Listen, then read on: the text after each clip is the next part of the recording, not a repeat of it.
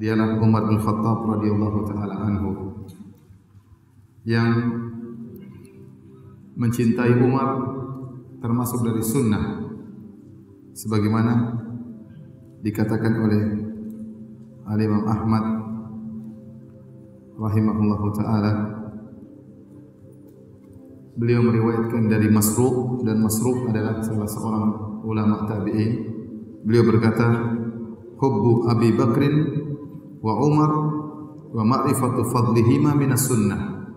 Mencintai Abu Bakar dan mencintai Umar dan mengenali keutamaan mereka berdua termasuk dari sunnah Nabi sallallahu alaihi wasallam.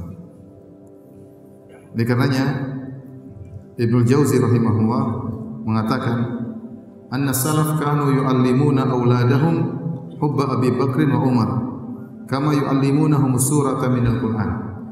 Para salaf dahulu mereka mengajari anak-anak mereka tentang cinta kepada Abu Bakar dan Umar sebagaimana mereka mengajari anak-anak mereka tentang surat dari Al-Quran. Ini menunjukkan perhatian besar mereka terhadap dua orang ini secara spesial, Abu Bakar dan Umar. Terlebih-lebih lagi Rasulullah SAW telah mengatakan, iktadu billadaini min ba'di Abi Bakar wa Umar. Ikutilah dengan dua orang setelahku, yaitu Abu Bakar dan Umar. Rasulullah SAW jelaskan, ikuti dua orang setelah Abu Bakar dan Umar. Dan ada hadis yang lebih umum, kata Nabi SAW, fa innahu may ya'ish minkum fasayara ikhtilafan katsiran. Sungguhnya barang siapa yang hidup setelahku, dia akan melihat banyak perselisihan dalam masalah agama. Fa alaikum bisunnati, maka berpegang teguhlah dengan sunnahku, wa sunnatil khulafa'ir rasyidin, dan sunnahnya para khulafa'ir rasyidin al-mahdiyina min ba'di, yang mendapat petunjuk setelahku, yaitu Abu Bakar, Umar, Utsman dan Ali radhiyallahu taala anhum ajma'in. Ini semua menunjukkan pentingnya kita mengenal sirah para khulafa'ir rasyidin secara umum, terlebih-lebih lagi Abu Bakar dan Umar radhiyallahu taala anhum ajma'in. Sebelum kita berbicara tentang sirah atau perjalanan hidup Umar bin Khattab radhiyallahu taala anhu, perlu saya buka dengan penjelasan tentang keutamaan-keutamaan Umar bin Khattab radhiyallahu taala anhu. Karena penjelasan tentang keutamaan Umar termasuk sunnah dari perkataan Masruq rahimahullahu taala. Di antara keutamaan-keutamaan Umar radhiyallahu anhu, yang pertama tentang keimanan beliau, tentang ilmu beliau dan tentang agama beliau yang luar biasa.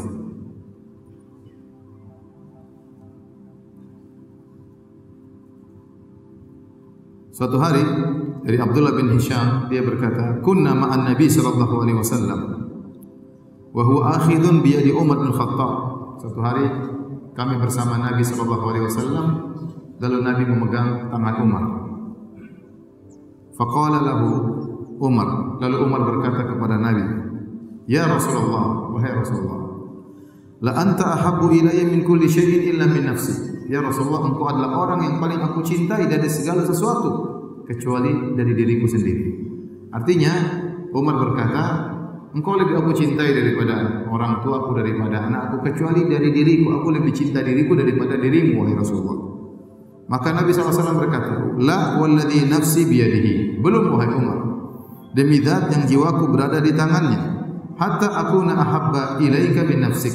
Imanmu belum sempurna, demi Allah, sampai aku lebih kau cintai daripada dirimu sendiri, wahai Umar. Faqala lahu Umar, maka Umar berkata, fa innahu al-ana wallahi la anta ahabbu ilayya min nafsi. Demi Allah, wahai Rasulullah, sekarang engkau sungguh lebih aku cintai daripada diriku sendiri. Maka Nabi SAW kemudian berkata, al-ana ya Umar, sekarang baru sempurna imanmu, wahai Umar. Nabi mempersaksikan tentang keimanan Umar. Maksudnya iman Umar sudah sempurna karena Umar lebih mencintai Nabi daripada dirinya sendiri. Di antara dalil yang menunjukkan tentang keutamaan ilmu Umar, suatu hari Rasulullah SAW bersabda, bainama ana naimun syaribtu Kata Nabi SAW, satu hari aku tidur, Rasulullah bermimpi. Syaribtu laban, aku minum susu. Hatta anzura ila ar-rayyi yajri fi dhufri aw fi adfari. Aku minum susu sampai kenyang, hilang dahaga, sampai aku melihat kepuasan tersebut, hilangnya dahaga sampai mengalir di kuku-kuku, kata Nabi sallallahu alaihi wasallam. Tsumma nawaltu Umar, setelah itu aku berikan susu tersebut kepada Umar. Setelah Nabi minum susu sampai Nabi sudah puas, ya, sampai kepuasan tersebut terlihat di kuku-kuku Nabi sallallahu alaihi wasallam, ini Rasulullah mimpi. Kemudian Rasulullah SAW memberikan susu tersebut kepada Umar bin Khattab. Maka para sahabat bertanya, "Fama awwaltahu?" Apa tafsiran mimpi Anda wahai Rasulullah? Maka Rasulullah SAW berkata, "Al-ilm," yaitu ilmu. Ini dalil bahwasanya ilmu Umar berasal dari ilmu Nabi sallallahu alaihi wasallam. Ya, karena Nabi sallallahu alaihi wasallam minum susu, kemudian susunya dia berikan kepada siapa? Kepada Umar. Susu yang sama. Berarti ilmu Umar itu dari Nabi sallallahu alaihi wasallam. Dan para ulama menjelaskan seperti Ibnu Hajar dan yang lainnya, ya. Kenapa laban susu dalam mimpi ditafsirkan dengan ilmu, ya. Karena laban susu adalah gizi bagi jasad, sebagaimana ilmu adalah gizi bagi rohani. Yang namanya mimpi itu tidak kita lihat zahirnya, tapi perlu kita tafsirkan. Sama seperti waktu Raja Mesir bermimpi, ya, bahwasanya ada sab'a baqaratin simalin ya'kuluhunna sab'un ijaf, bahwasanya ada 7 sapi yang gemuk dimakan 7 sapi yang kurus. Wa sab'a sumbulatin khudrin wa ukhra yabisat, dan ada 7 bulir yang hijau dan ada 7 bulir yang kering. Apa takwilnya? Takwilnya sapi yang gemuk adalah musim panen. 7 sapi yang kurus artinya musim kemarau selama 7 tahun. Jadi mimpi itu perlu ditakwil, bukan zahirnya. Sama seperti waktu Nabi Yusuf alaihissalam bermimpi, inni ra'aitu ahada asyara kaukaban wasyamsa wal qamara ra'aituhum li sajidin. Aku melihat dalam mimpi ada 11 bintang, ada matahari, ada rembulan sujud kepadaku. Ini perlu ditakwil. Apa maksud dari 11 bintang? Ini ke 11 bintang adalah saudara-saudara kandungnya. Yang dimaksud dengan matahari dan rembulan adalah kedua orang tuanya. Itu maksudnya. Seperti Rasulullah SAW waktu dalam perang Uhud.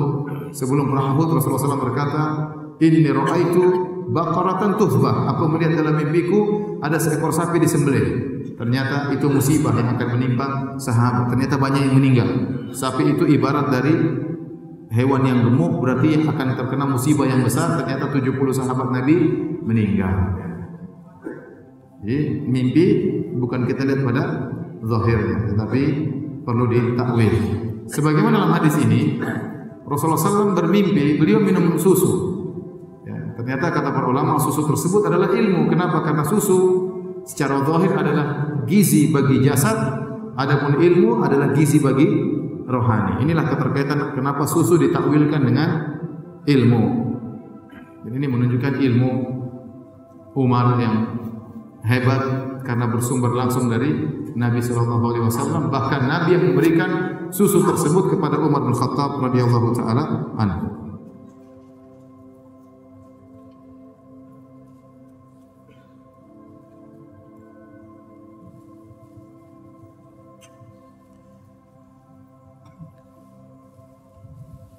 Kemudian juga dalam hadis yang diriwayatkan Imam Al-Bukhari tentang agamanya Umar, Rasulullah SAW juga pernah bermimpi tentang Umar.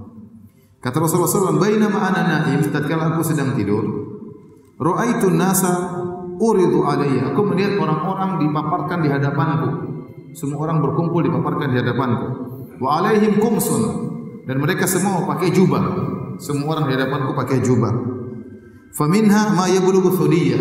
Di antara mereka ada yang jubahnya sampai di dadanya. Wa minha ma yablughu duna dzalik, dan di antara mereka ada yang pakaiannya ke bawah. Ya, di bawah itu. Wa uridu alayya Umar wa alaihi qamisun ijtarahu, dan aku melihat Umar hadir di hadapanku pakai pakaian sampai panjang sampai isbal, sampai Umar berjalan menggeret-geret pakaiannya. Qalu fama awwaltahu ya Rasulullah, apa takwilan Anda wahai Rasulullah terhadap mimpi tersebut? Kata Nabi, ad-din, yaitu agama.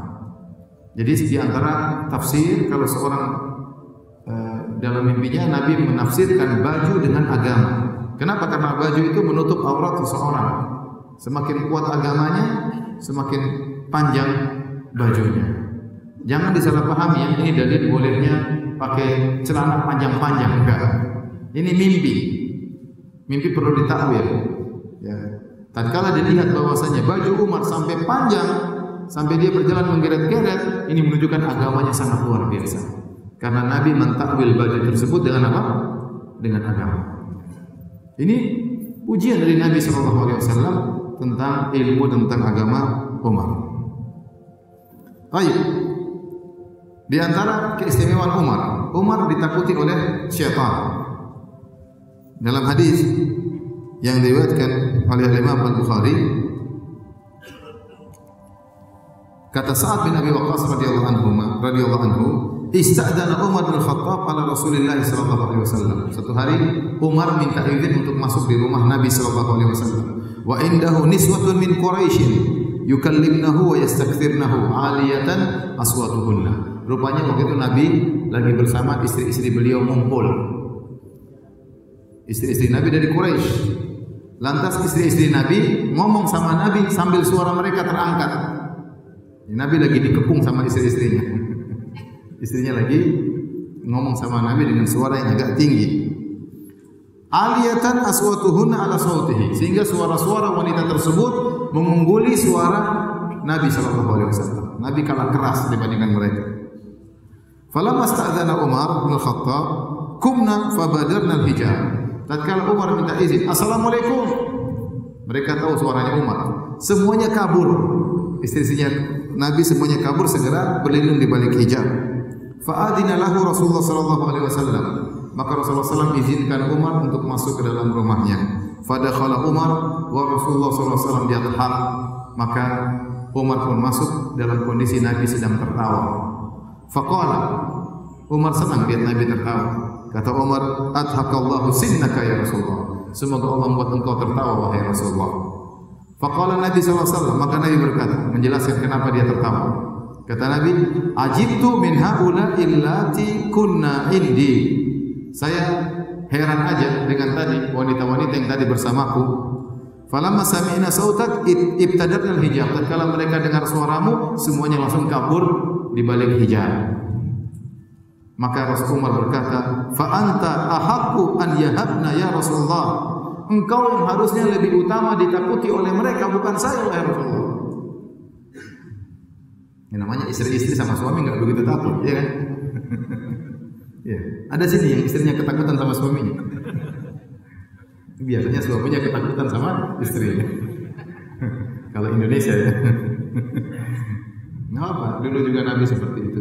Bukan karena kita nggak jagoan, tidak, tapi karena kita baik sama istri. Akhirnya terkadang istri yang memanfaatkan kebaikan tersebut.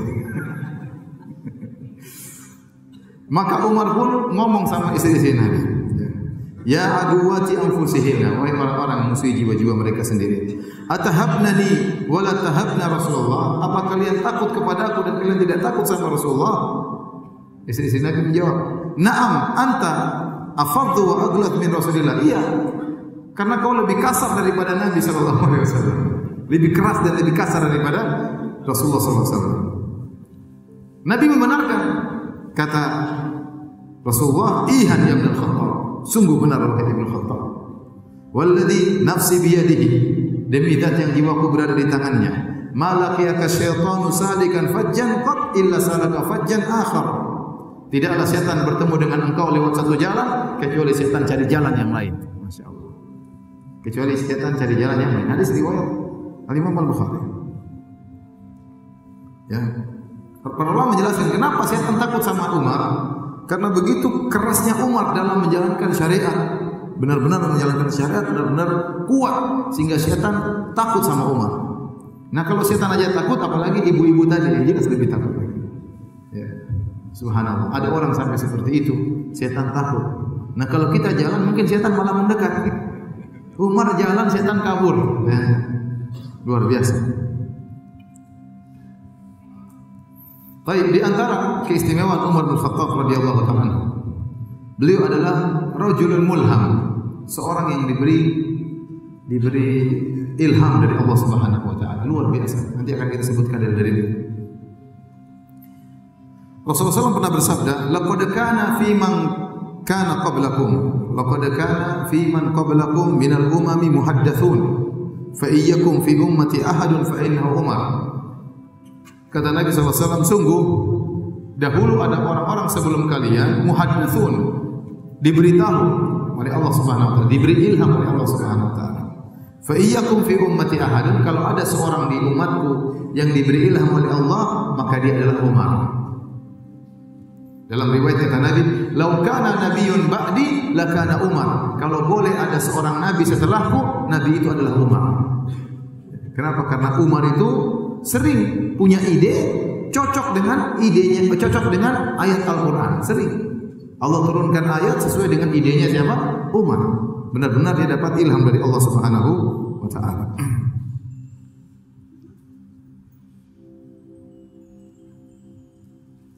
Nanti akan kita sebutkan tentang bagaimana ilham-ilham yang Allah berikan kepada Umar bin Khattab radhiyallahu taala anhu. Dalam hadis yang lain, Rasulullah SAW juga pernah bermimpi. Kata Rasulullah SAW, "Ra'aitu fil manami anni anza'u bidalwi bakratin ala qalibin." Aku melihat dalam mimpiku, aku ngambil air. Bakrah itu tahu sumur ya, sumur yang ada bulatannya terus buat tali. Deret. Jadi kata Nabi, aku pernah mengambil air lewat deret yang ada di sumur. Faja'a Abu Bakrin fana'aza dhanuban aw dhanubain naz'an dha'ifan. Kemudian datang Abu Bakar mengambil air, cuma dua ember, tapi dengan pelan, lemah. Ini isyarat Abu Bakar hanya menjalani kekhalifahan 2 tahun lebih, sebentar, tidak lama. Dan Abu Bakar memang waktu menjalani kekhalifahan tidak sehebat Umar.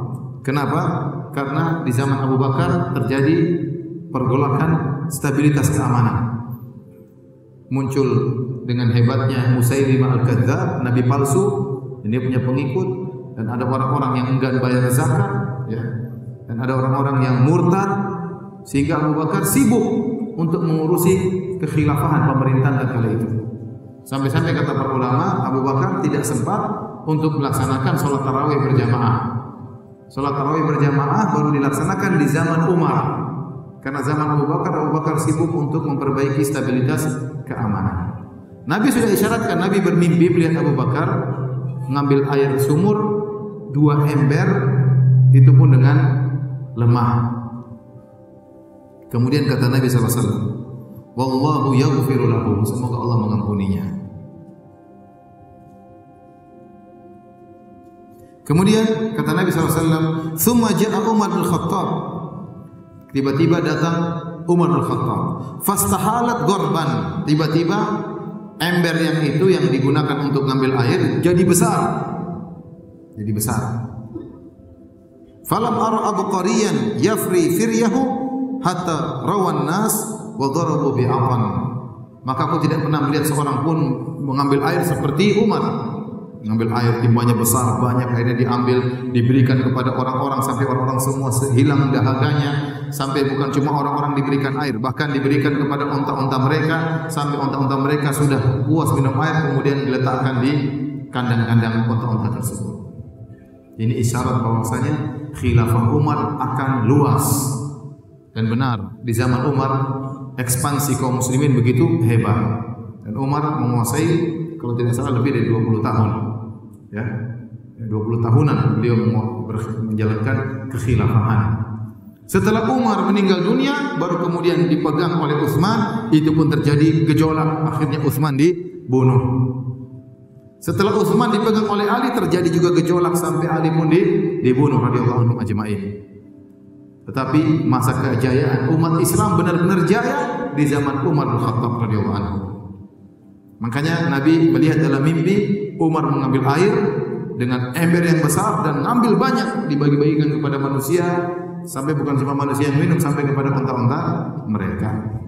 Kata Nabi SAW, falam ara abqariyan yafri firyahu. Aku tidak pernah lihat orang yang hebat yang melakukan seperti pekerjaan Umar.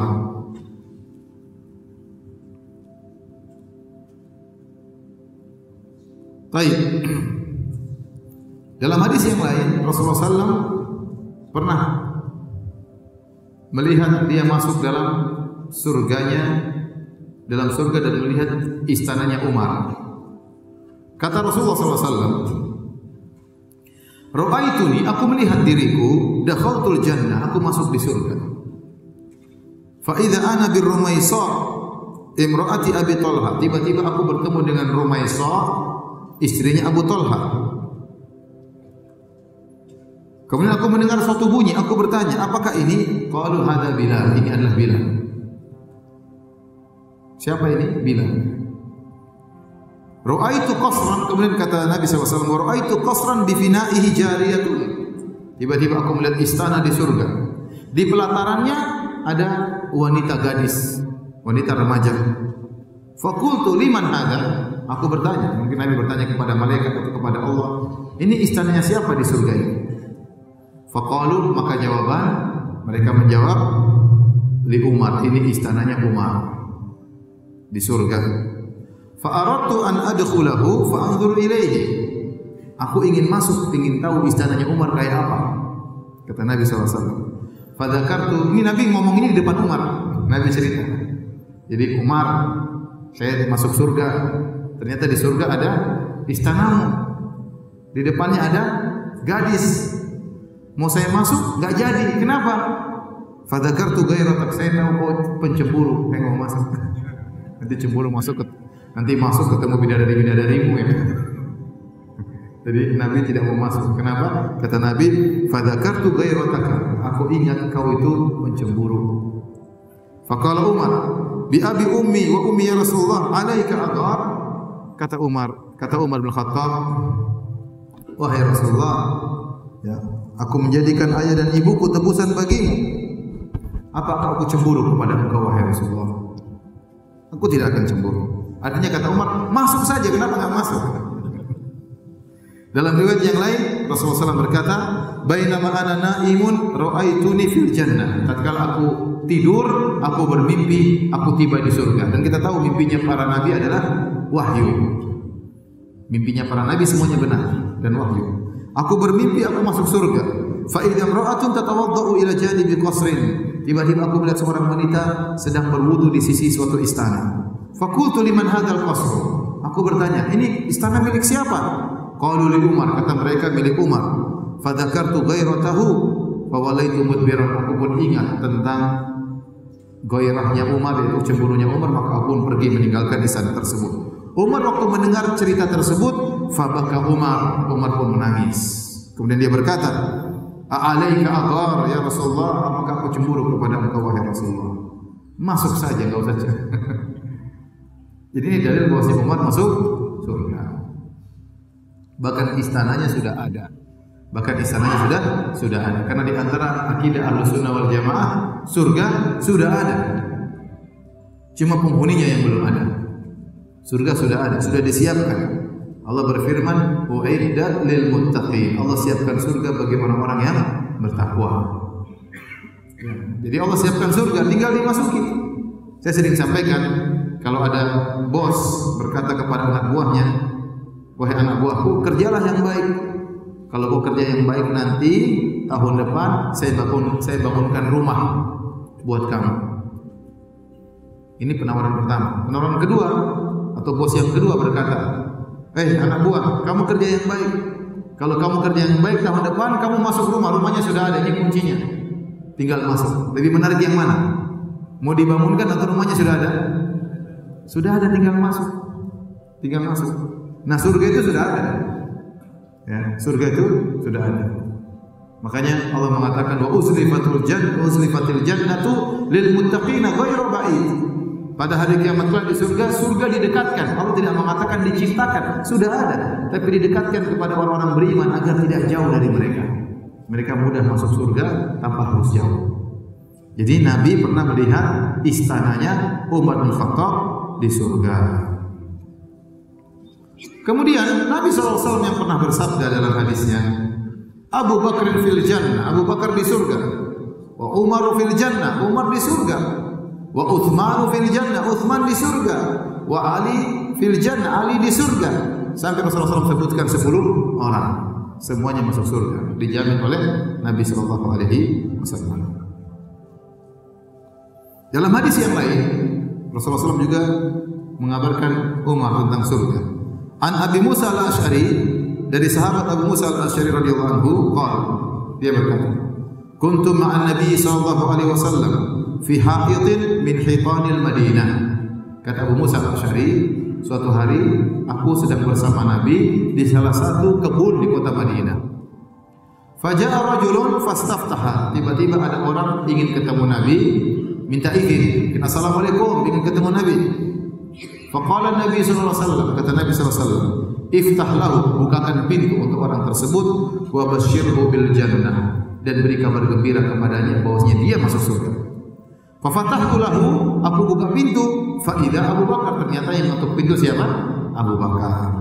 Fa basyartuhu bima qala Rasulullah sallallahu alaihi wasallam, maka aku beri kabar gembira kepada Abu Bakar bahwasanya engkau akan masuk surga, Nabi yang menyuruh untuk mengabarkan engkau. Fahamidallah, maka Abu Bakar pun memuji Allah Subhanahu wa taala. Tsumma ja'a rajulun, kemudian datang orang lelaki kedua.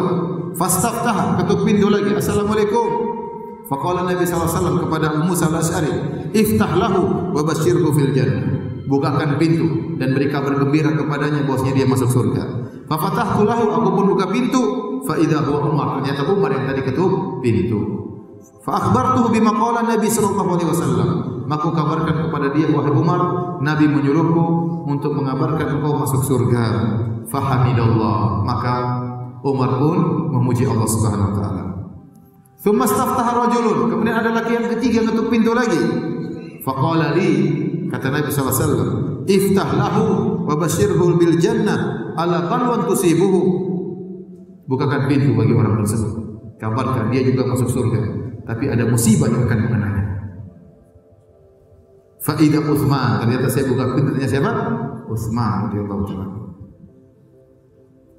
Fa akhbartuhu bima qala, aku kabarkan kepada Utsman, wahai Utsman, kau akan masuk surga, tapi kau akan terkena musibah. Fahamidallah, maka Utsman pun memuji Allah. Setelah itu dia berkata, Allahul musta'an, hanya Allah tempat minta pertolongan. Dan Umar adalah orang yang sangat dicintai oleh Nabi sallallahu alaihi wasallam. Dalam satu hadis diriwayatkan oleh Amr bin Al-As radhiyallahu anhu. Amr bin Al-As ini, kalau antum dengar ceritanya, sangat menarik Amr bin Al-As ini. Dia ini adalah seorang Quraisy yang paling pintar ngomong, di antara orang Quraisy yang hebat dalam berbicara.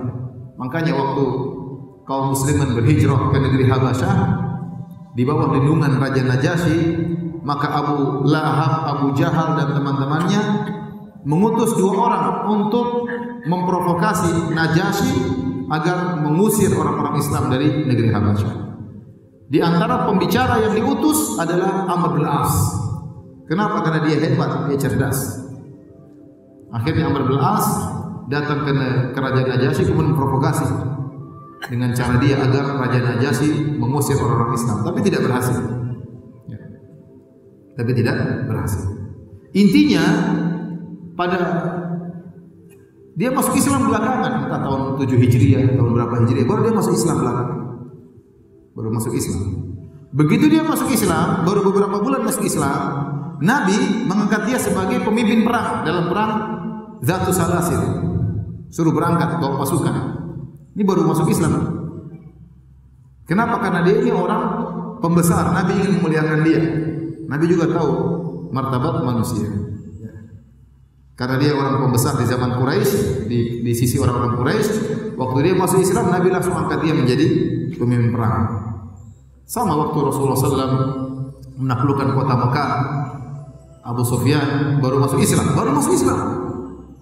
Kemudian dikatakan kepada Nabi, "Ya Rasulullah, inna Abu Sufyan rajulun yuhibbu an takuna lahu makana." Wahai Rasulullah, Abu Sufyan itu orang suka kalau dikasih kedudukan. Maka Rasulullah SAW langsung memuliakan Abu Sufyan. Kata Rasulullah SAW, "Man dakhala dara Abi Sufyan fahuwa amin." Barang siapa masuk rumahnya Abu Sufyan, dia selamat. Maka semua orang segera masuk ke rumah Abu Sufyan. Sampai rumahnya enggak cukup. Ya Rasulullah, rumah enggak cukup. Rasulullah mengatakan, barang siapa yang masuk Masjidil Haram, selamat. Jadi Rasulullah SAW bermuamalah dengan manusia sesuai dengan kedudukan mereka.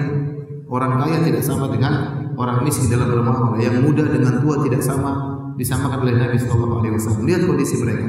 Di antara orang yang hebat di sisi orang-orang Quraisy adalah Amr bin As radhiyallahu anhu. Begitu dia masuk Islam, dia disuruh jadi pemimpin perang. Jadi ini terjadi kasus ya, di perang anak buahnya siapa? Ada Abu Bakar, ada Umar. Abu Bakar dan Umar sudah lama masuk Islam. Abu Bakar masuk Islam sudah berapa tahun sebelum dia? 13, 20 tahun sebelum Amr bin As masuk Islam. Abu Bakar sudah masuk Islam 20 tahun sebelum itu. Tapi strategi Nabi mungkin ingin mengangkat ya kejiwaan Amr bin As, dia akan jadi pemimpin perang. Anak buahnya diantaranya Abu Bakar dan Umar. Sampai waktu tibanya sholat, Amr bin As jadi imam. Orang-orang protes. Ente baru masuk Islam jadi imam. Di belakang kita ada Abu Bakar, ada Umar. Saya jadi imam. Waktu itu apa? Amr bin As junub. Terus dia kedinginan, dia tidak mandi. Dia hanya tayamum, kemudian dia sholat. Orang semakin gelisah lagi. Ini baru masuk Islam, junub, tidak mandi, jadi imam. Gelisah orang. Jadi ceritanya yang menarik Amr bin As. Intinya itu cuma ini aja cuma sampingan. Intinya Amr bin As waktu dia diangkat menjadi pemimpin dan anak buahnya ada Umar, ada Abu Bakar, terbetik dalam hatinya. Luar biasa, Nabi mungkin sangat sayang kepada saya. Nabi mungkin sangat cinta kepada saya sampai aku dijadikan pemimpin anak buahku Abu Bakar dan Umar. Jadi ini kata para ulama dalil bahwasanya Nabi luar biasa dalam bermuamalah. Sampai-sampai Amr bin As merasa dia yang paling dicintai. Padahal bukan. Jadi Nabi memang murah senyum, sangat ramah, sampai orang diajak yang bergaul dengan Nabi merasa sangat dekat dengan Nabi. Padahal tidak. Ya. Akhirnya Amr bin As memberanikan diri untuk bertanya.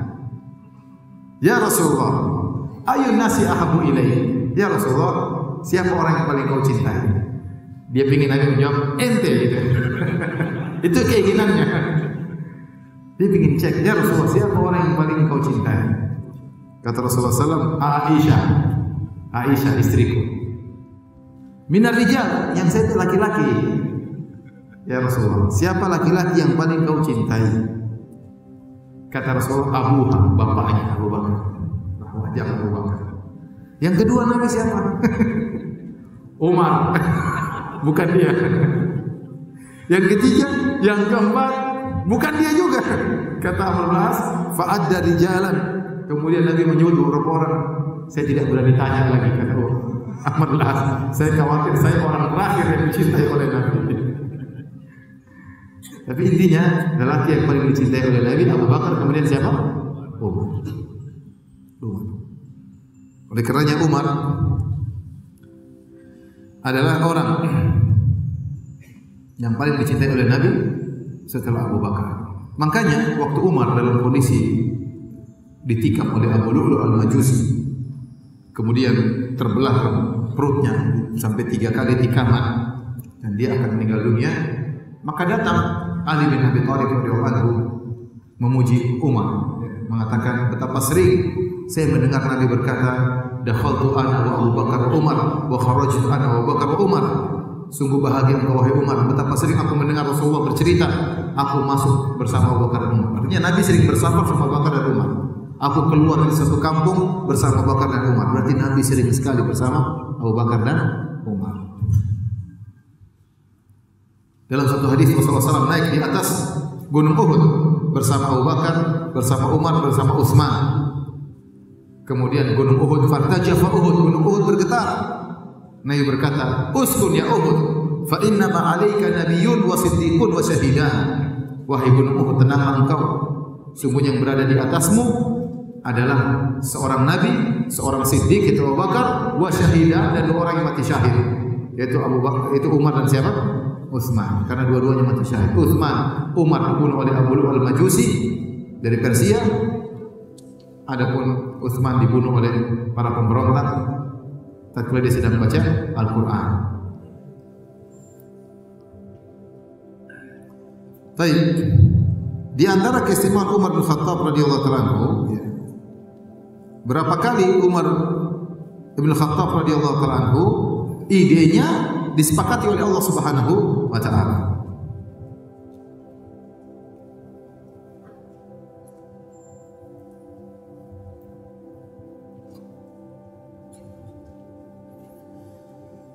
Di antaranya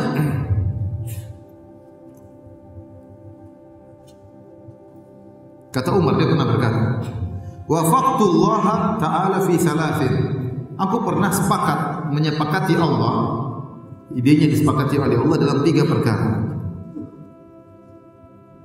Suatu hari qultu ya Rasulullah, dia pernah berkata kepada Nabi, law ittakhadha min maqami Ibrahim musalla. Ya Rasulullah, bagaimana kalau kau menjadikan maqam Ibrahim sebagai tempat salat bagi orang setelah umrah, salat di belakang maqam Ibrahim?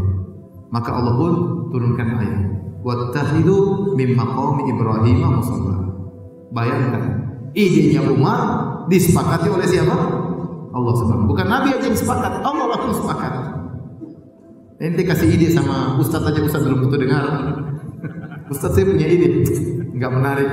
Sesuai ide, enggak menarik. Ini yang sepakat langsung siapa? Allah Subhanahu wa taala. Ide tersebut disampaikan kepada Nabi, yang sepakat bukan Nabi, yang sepakat siapa? Allah Subhanahu wa taala. Demikian juga Umar pernah berkata, ya Rasulullah, yadkhul 'alaika al-barr wal fajr falau amarta ummahatil mu'minin bil hijab.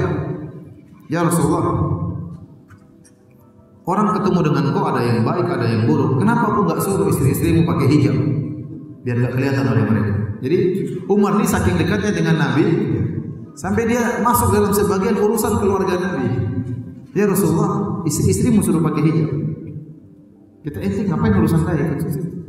Kalau kita mungkin begini, Rasulullah SAW saking dekatnya dengan Umar, kita kan nggak mau istri kita diurusin orang, gitu kan? Tapi Umar karena sayangnya kepada Nabi dan saking dekatnya dengan Nabi, dia kasih ide. Ya Rasulullah, bagaimana kalau istri suruh pakai jilbab, pakai hijab? Maka kemudian turunlah ayat hijab. Dahulu wanita tidak pakai jilbab, baru kemudian turun ayat tentang jilbab. Maka tidak benar orang mengatakan bahwasanya jilbab itu tradisi Arab. Justru tradisi Arab dulu tidak pakai jilbab. Setelah datang Nabi SAW baru turun ayat mewajibkan apa? Jilbab. Paham? Kemudian juga yang ketiga, kata Umar, wa balagani mu'atabatun Nabi sallallahu alaihi wasallam ba'd azwajihi. Sampai kabar kepadaku Nabi sempat menegur sebagian istri-istrinya. Ada istri Nabi yang dimarah oleh Nabi sallallahu alaihi wasallam. Fadaqaltu alaihin, kata Umar, saya pun ketemu istri-istri Nabi seluruhnya. Umar datang satu persatu. Ini urusan rumah tangga Nabi. Umar datang. Tadi saking dekatnya Umar dengan siapa? Rasulullah. Kalau kita enggak ingin rumah tangga kita diurusin orang. Maka Umar berkata kepada istri-istri Nabi, "In tahaitunna aw la yubaddilanna Allahu rasulahu khairan minkunna." Wahai istri-istri Nabi, kalian berhenti. Jangan bikin Nabi marah. Kalau kalian tidak berhenti, Allah akan menggantikan istri-istri yang lebih baik daripada kalian. Kata Umar, hatta ataitu ihda nisa'ihi. Aku pun datang kepada salah satu istri Rasulullah. Kemudian istri Nabi itu berkata, "Ya Umar, ama fi Rasulillah sallallahu alaihi wasallam ma ya'idu nisa'ahu." Wahai Umar, intinya kenapa ente ikut-ikutan? Bukankah Nabi sudah cukup nasihat istri-istrinya? Kenapa Anda ikut-ikutan nasihati kami? Jadi istri Nabi ini enggak suka dinasihati, Umar ikut campur. Hatta ta'idhuhunna anta. Kenapa ente yang harus nasihati istri-istri Nabi? Cukup Nabi yang kasih nasihat. Ternyata Allah turunkan firman Allah persis seperti perkata Umar. Kata Allah, asa rabbuhu in talaqakunna ayyubdilahu azwajan khairan minkunna muslimatin mu'minatin qanitatin taibatin abidatin saihatin thayyibatin wa abkar. Allah berkata, bisa jadi Rabbmu kalau kau ceraikan istri-istrimu wahai Muhammad, Allah akan gantikan istri-istri yang lain yang lebih baik. Sesuai dengan perkataan siapa? Umar. Demikian juga ada ayat-ayat yang lain yang juga sepakat dengan idenya Umar atau dengan pendapat Umar. Suatu hari tatkala wafatnya Abdullah bin Ubay bin Salul, pimpinan orang-orang munafik. Abdullah bin Ubay bin Salul ini adalah orang paling senior di kota Madinah dari suku Al-Aus dan suku Al-Khazraj. Dia yang paling senior.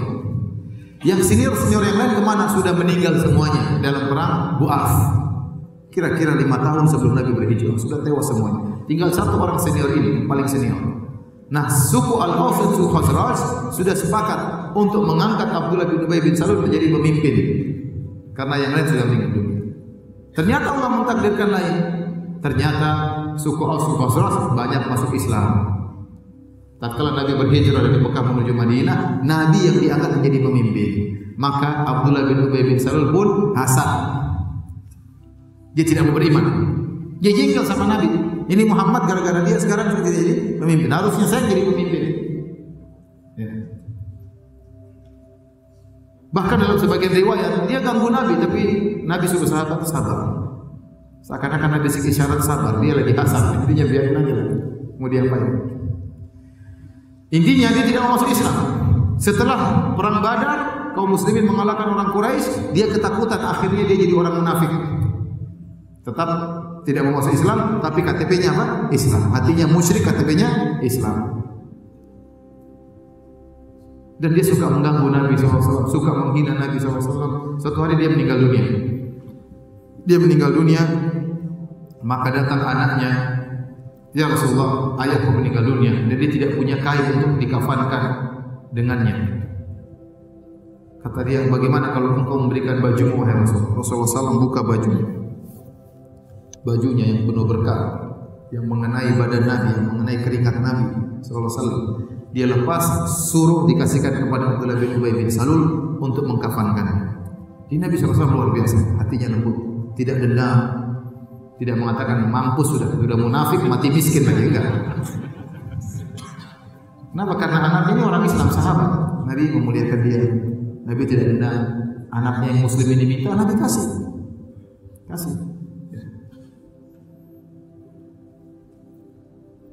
Maka setelah itu kata Nabi, kalau sudah siap dikuburkan, disolatkan, kabarin saya.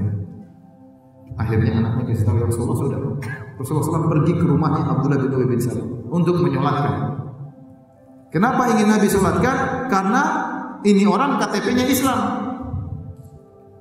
Kalau dilihat KTP-nya Abdullah bin Ubay bin Salul, status Muslim. Nah, orang Muslim harus disolatin. Ya Nabi sayang sama dia. Tapi bagaimana dia orang munafik? Akhirnya Nabi datang dengan para sahabat. Kemudian Nabi mau salat jenazah. Umar datang. Ya Rasulullah, jangan ya Rasulullah. Ini orang kurang ajar ini. Dia pernah begini, dia pernah begini, dia pernah begini. Dia pernah berkhianat dalam perang Badar, bawa lari 300 perang Uhud, bawa lari 300 orang. Dia pernah mengatakan akan mengusir Anda dari kota Madinah. Dia pernah begini, pernah begini. Umar ingatkan semua keburukan orang ini. Kata Rasulullah, minggir kau Umar, saya mau sholat, minggir. Umar terus bilang, ya Rasulullah, minggir Rasulullah. Akhirnya Umar mengingatkan. Kata Rasulullah, akhir anni ya Umar, minggir kau Umar. Kemudian Umar berkata, ya Rasulullah, qad qila, telah dibukankah dikatakan Allah melarang kita menyolatkan orang-orang munafik. Nabi masih menjawab. Nabi semangat untuk menyolatkan Abdullah bin Ubay bin Salul. Kata Nabi, qad qila li, Allah telah berkata kepadaku, istaghfir lahum aw la tastaghfir lahum, in tastaghfir lahum 70 maratan fala yaghfirullahu lahum. Kata Allah kepada Nabi, kalau kau mohon ampunan bagi mereka orang-orang munafik, kau mohon ampunan bagi mereka, atau kau tidak mohon ampunan sama saja. Bahkan kalau kau mohon ampunan bagi mereka 70 kali, Allah tidak akan mengampuni mereka. Maka Rasulullah berkata, "Falau a'lamu anni in zidtu ala sab'ina ghufira lahu zidtu." Allah bilang, wahai Umar, kata Nabi, kalau kau minta ampunkan bagi orang munafik 70 kali, Allah tidak ampuni. Kata Rasulullah, seandainya aku tahu saya minta ampunkan lebih dari 70 kali akan diampuni, saya akan minta lebih dari 70 kali. Kemudian Nabi bilang, Allahu Akbar. Salat jenazah. Sahabat ikut semua. Umar tidak mau.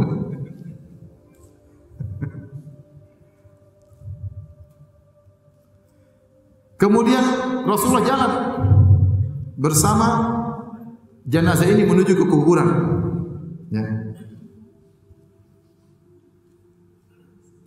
Kata Umar, fa'ajibtu li, aku heran tentang diriku tatkala itu. Wali jur'ati ala Rasul, saya juga heran kenapa saya berani negur-negur Nabi. Umar juga heran, kenapa saya berani sekali? Kenapa saya negur-negur Nabi? Sudah. Wallahu Rasulullah alam, saya juga tidak tahu kenapa saya begitu pada hari tersebut. Fa wallahi ma kana illa yasiran. Tidak lama kemudian, demi Allah kata Umar, nazalat hatanil ayatani, tiba-tiba turun dua ayat. Wala tusalli ala ahadin minhum mata abadan wala taqum ala qabri. Jangan salatin orang munafik sama sekali dan jangan berdiri di kuburan. Subhanallah. Ternyata Allah setuju dengan siapa? Umar. Ya mungkin Umar diberi ilham oleh Allah untuk berani hari itu. Biasanya dia enggak berani. Ini contoh, ternyata Allah sepakat dengan idenya Umar. Contoh yang lain seperti tatkala kisah perang Badar. Ya. Jadi waktu terjadi perang Badar, orang-orang musyrikin kalah dalam perang tersebut. Sehingga akhirnya banyak di antara mereka yang tewas. Abu Jahal tewas, tokoh-tokoh pembesar orang-orang Quraisy tewas. Setelah itu banyak orang-orang yang ditawan. Di antara yang ditawan adalah dari Bani Hashim. Dari Bani Hashim, dari Ahlul Bait sendiri. Tapi masih kafir. Di antaranya Al-Abbas bin Abdul Muttalib, paman Nabi. Di antaranya Aqil bin Abi Thalib, sepupunya Nabi, sepupunya Ali. Di antaranya beberapa orang. Akhirnya ditawan. Waktu itu Nabi SAW bermusyawarah dengan para sahabat. Apa yang kita lakukan dengan tawanan-tawanan ini? Rasulullah ajak ngobrol Abu Bakar, Umar, Utsman dan Ali. Bagaimana menurut kalian? Ini tawanan-tawanan mau diapain? Mereka kalah dalam perang, diikat, ditawan. Kemudian Rasulullah bertanya kepada Umar, "Ma tara ya Ibn al-Khattab?" Bagaimana menurutmu wahai Umar? Kata Umar, "Ara an tumakkinani min fulan fa adribu unuqahu wa tumakkina Aliyan min Aqil fa yadribu unuqahu wa tumakkina Hamzah min fulan fa yadribu unuqahu hatta ya'lam Allah annahu laysa fi qulubina hawadatun musyrikin haula'i sanadiduhum wa immatuhum wa qadatuhum." Umar idenya kencang. Ya Rasulullah, menurut saya itu kerabat saya bunuh. Ali suruh bunuh saudara kandungnya, Aqil bunuh. Hamzah bunuh Abbas, saudaranya bunuh. Setiap orang bunuh kerabatnya agar Allah tahu tidak ada basa-basi antara kami dan orang musyrikin. Itu idenya Umar. Ide yang paling mengerikan. Umar tidak main-main masalah itu. Itu idenya Umar. Kemudian Rasulullah bertanya, dan Rasulullah tidak tertarik dengan pendapatku. Dan Rasulullah bermusyawarah dengannya, ternyata idenya Abu Bakar adalah tidak usah. Itu kerabat kita. Ya udah kita ambil tebusan, kita bebaskan mereka. Minta tebusan dari orang Quraisy untuk kita bebaskan mereka. Akhirnya Rasulullah ikut idenya Abu Bakar dan tidak tertarik dengan idenya siapa? Umar. Ini ijtihad. Kalau bukan ijtihad, Rasulullah tidak akan musyawarah. Jadi dalam urusan agama, terkadang wahyu dari Allah, terkadang ijtihad. Dalam banyak masalah peperangan, Nabi bermusyawarah. Berarti tidak ada wahyu. Termasuk dalam hal ini. Akhirnya Nabi setuju dengan idenya Abu Bakar. Dia pun mengambil, Rasulullah pun mengambil apa? Tebusan untuk menebus orang-orang tadi. Falamma kana minal ghadi, tatkala besoknya kata Umar, godautu ila Nabi sallallahu alaihi wasallam fa idza huwa qa'idun Abu Bakar wa huma yabkiyan. Aku bertemu Nabi dengan Abu Bakar, ternyata keduanya sedang menangis. Qultu ya Rasulullah, ma yubkika anta wa sahibak? Ya Rasulullah, apa yang bikin kau menangis dan temanmu menangis? Abu Bakar. Fa inni wajadtu bukaan bakait. Fa in wajadtu bukaan bakait. Kalau saya temukan sebab kenapa kalian menangis, saya ikut menangis. Jadi kenapa kalian ada sebab apa? Saya ingin nangis sama kalian. Kata Umar. Wa illam ajid bukaan tabakaitu. Kalau saya tidak menemukan sebab untuk menangis, saya akan pura-pura menangis. Libukaikuma, agar karena kalian berdua menangis. Jadi ini apa namanya? Istilah kita apa? Toleransi ya. Sebutin kenapa Anda menangis. Saya ingin menangis bersama Anda. Kalau saya tidak bisa nangis, saya akan pura-pura menangis. Maka Nabi SAW mengatakan, ternyata Allah menegur keputusan Nabi dengan Abu Bakar. Kata Allah, maka dari Nabi an yakuna lahu asra. Tidak layak bagi Nabi untuk mengambil tebusan. Allah tegur. Ternyata Allah setuju dengan siapa? Umar. Tapi sudah terlanjur berjalan, maka berjalanlah. Tapi maksud saya dalam hadis ini bagaimana Allah setuju dengan Umar dan Nabi dan Abu Bakar yang ditegur oleh Allah Subhanahu wa taala.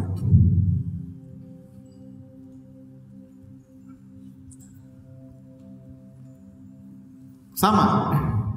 Waktu ayat juga turun tentang masalah khamar. Khamar itu tidak turun langsung haram.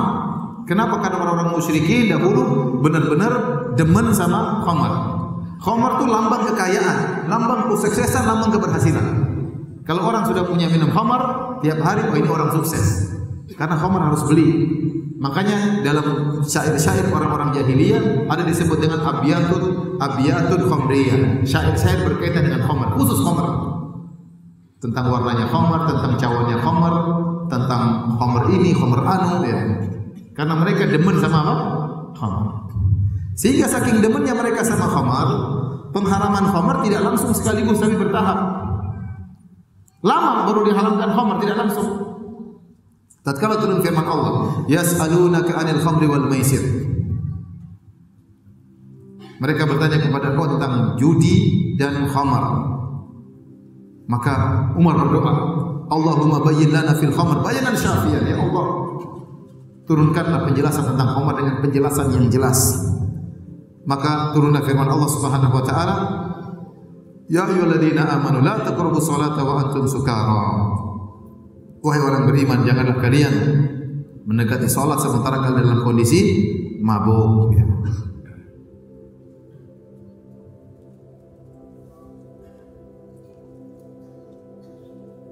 Sampai turun firman Allah, fahal antum muntahun. Apakah kalian tidak berhenti dari minum khamar?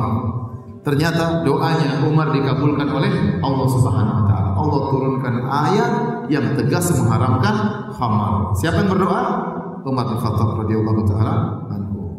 Tapi sebenarnya masih banyak, tapi saya rasa ini sudah cukup tentang keutamaan Umar bin Khattab radhiyallahu anhu. Kita akan sebutkan tentang sedikit sirah Umar bin Khattab. Masih ada waktu? Tapi sebelum menyampaikan sirah Umar bin Khattab, saya perlu ingatkan di sana ada kelompok yang disebut dengan kelompok Syiah yang mereka benar-benar anti terhadap Umar bin Khattab radhiyallahu anhu. Dan terlalu banyak tuduhan yang mereka lontarkan kepada Umar bin Khattab radhiyallahu anhu. Di antara bukti nyata, mereka merayakan hari kematian Umar bin Khattab radhiyallahu anhu. Ini disebutkan dalam kitab Biharul Anwar karangan Al-Majlisi. Barang siapa yang merayakan gembira dengan hati dengan hari tewasnya Umar bin Khattab, maka dia akan dapat syafaat untuk masuk surga. Bahkan dia bisa memberi syafaat kepada keluarga-keluarganya, ajak masuk surga. Yang penting gembira dengan tewasnya Umar.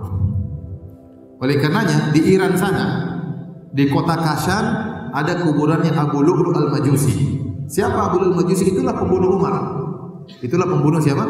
Umar. Kuburannya dikeramatkan, tempat cari keberkahan. Kenapa diberi gelar dengan Baba Syuja, seorang sang pemberani? Dianggap pahlawan oleh mereka. Kenapa dianggap pahlawan? Karena berhasil membunuh siapa? Umar. Betapa bencinya mereka terhadap Umar. Kenapa? Karena Umar yang telah menjatuhkan ya Persia. Umar yang telah menjatuhkan kerajaan Majusi. Sehingga mereka dendamnya luar biasa. Dan Orang-orang Iran nenek moyangnya apa? Majusi, nenek moyangnya apa? Persia. Sampai bayangkan kuburan pembunuh Umar, ya, kuburannya besar, kemudian dicari keberkahan dari kuburan tersebut. Bagaimana ceritanya? Ceritanya Umar bin Khattab dalam Sahih Al-Bukhari pernah berdoa. Dia mengatakan, Allahumma rzuqni syahadatan fi sabilika waj'al mauti fi baladi rasulika sallallahu alaihi wasallam. Umar pernah berdoa, ya Allah, aku mohon kepada Engkau untuk mati syahid. Mati syahid adalah kerinduan para sahabat, ingin mati syahid. Tapi aku ingin mati syahid di kota Muhammad, kota Nabi sallallahu alaihi wasallam, di kota Madinah. Ini suatu yang berat. Kalau namanya mati syahid harus jihad. Kalau jihad harus keluar dari kota baru perang. Ini Umar minta syahid tapi di kota Madinah. Kapan nunggu orang memerangi sementara waktu itu lagi jaya-jayanya Islam. Persia, Romawi takut sama Umar. Terus bagaimana Umar mati syahid? Waktu mendengar doa ini, putrinya Hafsah berkata, "Anna yakunu hada?" Bagaimana bisa terkabulkan doa ayahku? Apa kata Umar? Ya'ti Allahu bihi idza syaa. Allah akan kabulkan kalau Allah berkehendak. Dan ternyata benar. Umar mati syahid di kota Madinah. Kapan? Tatkala dia sedang salat subuh. Abu Lu'lu'at Al-Majusi adalah seorang budaknya Al-Mughirah bin Syu'bah. Ya, Umar sudah baik. Orang kafir boleh tinggal di kota Madinah, dikasih pengamanan, dikasih pekerjaan. Ya. Kemudian dia berkhianat. Waktu Umar sedang salat subuh, dia tidak langsung tikam, tunggu. Ada yang mengatakan rakaat kedua baru ditikam. Umar sholat, mungkin ada jemaah yang terlambat. Abu Lu'lu'at Al-Majusi sudah siapin apa namanya? Pedang, belati. Kemudian waktu rakaat kedua Umar lagi baca Al-Quran, lagi berdiri, ditikam oleh Umar dengan 3 tikaman langsung. Waktu 3 tikaman, langsung dia kabur. Sebagian sahabat ingin menangkap, 7 orang sahabat kena juga. Akhirnya sebagian sahabat melemparkan semacam kain sehingga dia tidak bisa bergerak. Tatkala dia tahu dia bakalan ketangkap, dia bunuh diri. Akhirnya dia bunuh diri, tewaslah di situ. Nah, hari kematian Umar itu dirayakan oleh orang-orang Syiah. Dianggap adalah hari besar, kita harus gembira atas kematian Umar. Barang siapa merayakan hari kematiannya akan masuk surga, bahkan bisa bawa orang juga kerabat masuk surga. Yang anehnya, kuburan pembunuh Umar ini ada di Iran. Kok bisa? Padahal matinya di mana? Di Madinah. Nggak tahu dulu pakai Gojek atau pakai apa? Nggak masuk akal. Akhirnya mereka bikin bisa cerita bahwa Abu Lu'lu'at Al-Majusi akhirnya kabur, berhasil lolos, lari ke negeri Iran. Nggak masuk akal. Gimana mau lolos? Dikejar sama sahabat banyak kayak gitu. Mati bunuh diri, dia mati bunuh diri. Kemudian digelari dengan sang pemberani. Gimana pemberani? Penakut. Kalau berani duel sama Umar. Umar lagi sholat ditikam, itu namanya penakut atau pemberani? Pemberani. Kalau duel nggak bakalan berani. Intinya akhirnya Umar meninggal dunia akibat tikaman tersebut. Ya. Padahal Umar bin Khattab radhiyallahu anhu ya, punya hubungan baik dengan Ali bin Abi Thalib. Di antaranya Umar menikah dengan putrinya Ali bin Abi Thalib, hasil pernikahan Ali dengan Fatimah. Anaknya ada namanya Hasan Husain, ada namanya Ummu Kulthum. Hasan Husain itu punya adik namanya siapa? Ummu Kulthum. Itu nikah dengan Umar bin Khattab radhiyallahu anhu dan ini termaktub dalam buku-buku Syiah. Dari pernikahan Umar dengan Ummu Kulthum, jadi Ali itu mertuanya Umar. Dari pernikahan Umar dengan putrinya Ali dan Fatimah yaitu Ummu Kulthum, punya anak namanya Zaid bin Umar. Dan ini termaktub dalam buku-buku Syiah, termasuk buku Al-Kafi, Sahih Bukhari-nya mereka. Jadi orang-orang Syiah ingin menggambarkan bahwasanya Ali bin Abi Thalib benci dengan Umar. Nah, kalau benci dengan Umar ngapain nikahkan putrinya dengan siapa? Umar. Mereka mengatakan Umar bin Khattab itu adalah orang yang bencong, bahkan sering disodomi. Dia punya penyakit di duburnya, tidak akan sembuh kecuali ditetesi dengan mani laki-laki. Ini kedustaan. Dan masa Ali bin Abi Thalib menikahkan putrinya dengan bencong? Tidak masuk akal. Kata mereka Ali bin Abi Thalib menikahkan putrinya dengan Umar karena ketakutan, diancam kalau tidak mau terima bakalan dibunuh. Sejak kapan Ali menakut? Emang Ali takut sama Umar? Kalau Umar mengancam Ali, Ali berani. Bagaimana putrinya diambil sama setan? Kalau memang benar Umar setan. Yang benar Ali dan Umar hubungannya baik. Cuma orang-orang sekarang membuat gambaran yang buruk seakan-akan Ali benci sama Umar. Ternyata ada bukti nyata membatalkan ini semua. Ternyata putrinya Ali menikah dengan siapa? Umar. Kalau benar Ali benci kepada Umar, kalau benar Umar dituduh merebut kekuasaan Ali, kenapa selama 20 tahun Umar Ali tidak pernah membangkang, tidak pernah memberontak, tidak pernah mengajak duel kepada Umar, tidak pernah berteriak-teriak berkoar-koar? Itu semua adalah omong kosong. Hanya dongengan-dongengan yang dibuat oleh orang-orang Syiah. Baik. Sekarang kita lanjut tentang sejarah Umar. Mukadimahnya sudah selesai. Sedikit aja namanya. Sampai jam 10:30. Enggak apa-apa ya? Jangan, jam 12 ya. Saya ada pengajian lagi di sini.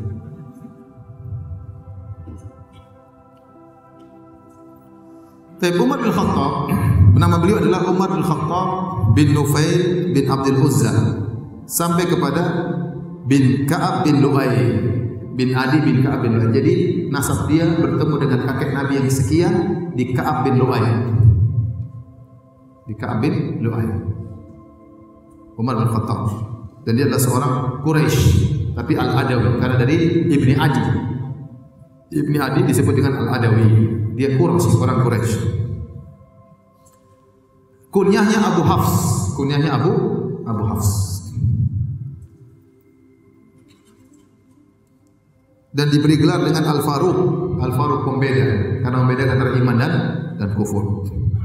Beliau masuk Islam terlambat, yaitu ya tidak termasuk orang-orang awal yang masuk Islam. Dia masuk Islam setelah 3 hari Hamzah masuk Islam, baru kemudian Umar masuk Islam. Di awal-awal Islam dia masih musyrik dan dia menyiksa kaum muslimin. Ya. Orang-orang Islam takut sama Umar. Adapun Umar lahir yaitu 13 tahun setelah tahun gajah. Nabi lahir pada tahun gajah. Umar lahir 13 tahun setelah tahun gajah. Berarti Umar lebih muda daripada Nabi berapa tahun? 13 tahun. Beda dengan Abu Bakar. Abu Bakar lahir 2 atau 3 tahun setelah tahun gajah. Abu Bakar lebih muda 2 tahun saja dari Nabi. Adapun Umar lebih muda 13 tahun. Adapun sifat fisiknya, beliau adalah seorang yang putih. Saking putihnya terkadang ada warna merah-merah di kulitnya. Kemudian tentunya orang Arab mancung, tentunya tidak usah dijelasin. Pasti apa? Mancung. Kemudian tinggi orangnya, besar. Tinggi, badannya besar. Di antara ciri-cirinya asla. Asla itu botak tengah. Botak bukan botak tengah, botak begini. Sini namanya apa? Asla. Sampai ada seorang syekh di Arab Saudi. Dia bikin ceramah tentang judulnya, intinya keutamaan botak. Intinya dia berkata dalam ceramah tersebut, wahai orang-orang yang botak, jangan bersedih. Tahukah kamu kehebatan orang-orang botak? Rata-rata orang botak hebat-hebat. Di antaranya Umar bin Khattab, di antaranya Ali bin Abi Thalib. Mereka semua botak. Dan menurut penelitian di majalah Amerika, bahwasanya orang botak lebih cepat mengambil keputusan daripada orang yang rambutnya banyak. Intinya dia menyampaikan dalil-dalil itu bahwa alam itu hiburan bagi orang yang botak. Intinya Umar botak, kepalanya botak. Ali bin Abi Thalib juga kepalanya apa? Botak. Beliau idza masya asra, kalau berjalan cepat. Wa idza takallam asma, kalau ngomong suaranya keras. Wa idza daraba auja, kalau mukul sangat menyakitkan. Adapun bapaknya Nufail bin Khattab, Al-Khattab bin Nufail, Umar bin Khattab bin Nufail. Bapaknya Al-Khattab bin Nufail. Dia punya anak banyak, katanya Hafsah, di antaranya dia menikah cerai, kemudian menikah lagi, ada cerai lagi, dan di antara yang dia nikah adalah tadi putrinya siapa? Putrinya Ali bin Abi Thalib, dari hasil pernikahan antara Ali dan Fatimah radhiyallahu ta'ala anhum ajma'in. Adapun ini kisah dijadikan dalil oleh Ibnu Hajar bahwasanya kalau orang nazar, kalau kita mau nikah sama perempuan, apa yang boleh kita lihat? Ada khilaf, ada yang mengatakan yang boleh dilihat hanyalah wajah dan kedua tangan. Ada yang mengatakan boleh dilihat seluruhnya, bebas. Ada yang mengatakan tidak, yang boleh dilihat lebih dari wajah dan tangan. Tetapi perkara-perkara yang biasa terbuka tatkala di hadapan mahramnya. Seorang wanita kalau lagi bersama kakaknya biasanya terbuka apa? Wajahnya, lehernya kelihatan, tangannya kelihatan, betisnya kelihatan. Itu biasa kalau adik kakak ngumpul seperti itu. Ya, tidak pakai jilbab. Dan ini yang dipilih oleh Ibnu Hajar. Dalilnya apa? Dalilnya waktu Umar melihat Ummu Kulthum, ya, kalau nggak salah dia buka betisnya atau apanya gitu. Ya, kemudian Ummu Kulthum pun marah. Ya. Kalau bukan kau Amirul Mukminin sudah saya tampar engkau wahai Umar. Calon istrinya. Dijadikan dalil oleh Ibnu Hajar bahwasanya kalau orang mau nikah yang boleh dia lihat bukan sekedar wajah dan telapak tangan, tapi boleh rambutnya, boleh lehernya, boleh lengannya, boleh juga apa? Betisnya yang biasa terbuka tatkala sedang bersama kerabatnya. Adapun kehidupan beliau tatkala di zaman jahiliyah. Beliau adalah orang yang hebat, kuat, keras. Ya. Disebutkan kehidupan beliau sangat keras. Dulu disuruh sama bapaknya untuk membalain onta-onta. Oleh karenanya Abdurrahman bin Hatib pernah berkata, "Kuntu ma Umar bin Khattab." Suatu hari aku bersama Umar bin Khattab di Dojnan, di suatu tempat namanya Dojinan atau Dojnan, suatu gunung, ya, di daerah dekat Mekah. Maka Umar berkata, "Kuntu ar'a lil Khattabi bihadzal makan." Saya pernah menggembalakan onta-onta bapak saya di tempat ini. Fakana fadhan ghalidan. Bapak saya kasar sekali, keras sama saya. Disuruh gembala onta di gunung-gunung, terus bapaknya keras. Fakuntu ar'a ahyanan wa ahtatibu ahyanan. Terkadang aku disuruh bapakku gembalain onta, terkadang aku disuruh cari kayu bakar oleh bapakku. Ini kehidupan yang keras bagi Umar. Pernah juga dia berkata tatkala melewati tempat ini, dia ingat masa lalunya, masa kecilnya. Dia berkata, "La ilaha illallah wal aliyyul azim." La ilaha illallah wal aliyyul azim. Tidak ada sembah yang berhak disembah kecuali Allah yang Maha Agung. Al-mu'ti man syaa liman syaa. Al-mu'ti ma syaa liman syaa, yang memberikan apa yang Allah kehendaki kepada siapa yang Dia kehendaki. Kemudian beliau berkata, "Kuntu ar'a ibilal Khattabi bihadzal wadi." Aku pernah mengembalakan onta-onta bapakku di lembah ini. Wa kana fadhan. Bapakku sangat keras, sangat kasar. Yut'ibuni idza amiltu. Kalau sudah suruh saya kerja, saya capek sekali. Wa yadribuni idza qasartu. Kalau saya salah sedikit dipukul oleh bapakku. Jadi Umar sering dipukuli sama bapaknya. Antum jangan suka pukul anak antum. Nanti diingat kalau sudah besar. Bapak saya dulu masya Allah jagoan, suka mukul saya waktu kecil. Jangan. Apalagi kalau anak sudah mulai dewasa, nggak pantas untuk dipukul. Dia akan ingat. Kita ingin mengambil hati anak-anak, jangan dengan dipukul. Kasih tahu, pukul sekali-sekali tidak apa-apa. Tapi kalau kebiasaan hukum asal mukul itu nggak benar, nggak benar. Baik. Kemudian juga Umar pernah mengembalakan kambing-kambing milik bibi-bibinya dari Bani Makhzum. Jadi Umar ini ada hubungan kerabat dengan Abu Jahal. Abu Jahal itu dari Bani Makhzum.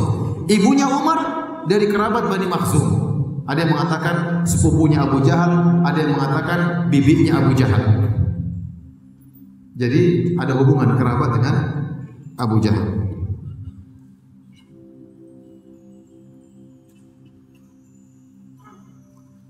Adapun Umar waktu di masa jahiliyah, maka beliau adalah orang yang sangat kasar, sangat keras, suka menyiksa kaum muslimin. Di antaranya dia pernah menyiksa, disebut dalam sebagian riwayat, ya, pernah menyiksa seorang budak wanita yang masuk Islam. Dipukul sampai tangan Umar capek, nggak berhenti mukul dia, sampai saut cambuk itu jatuh saking capeknya mukul wanita tersebut.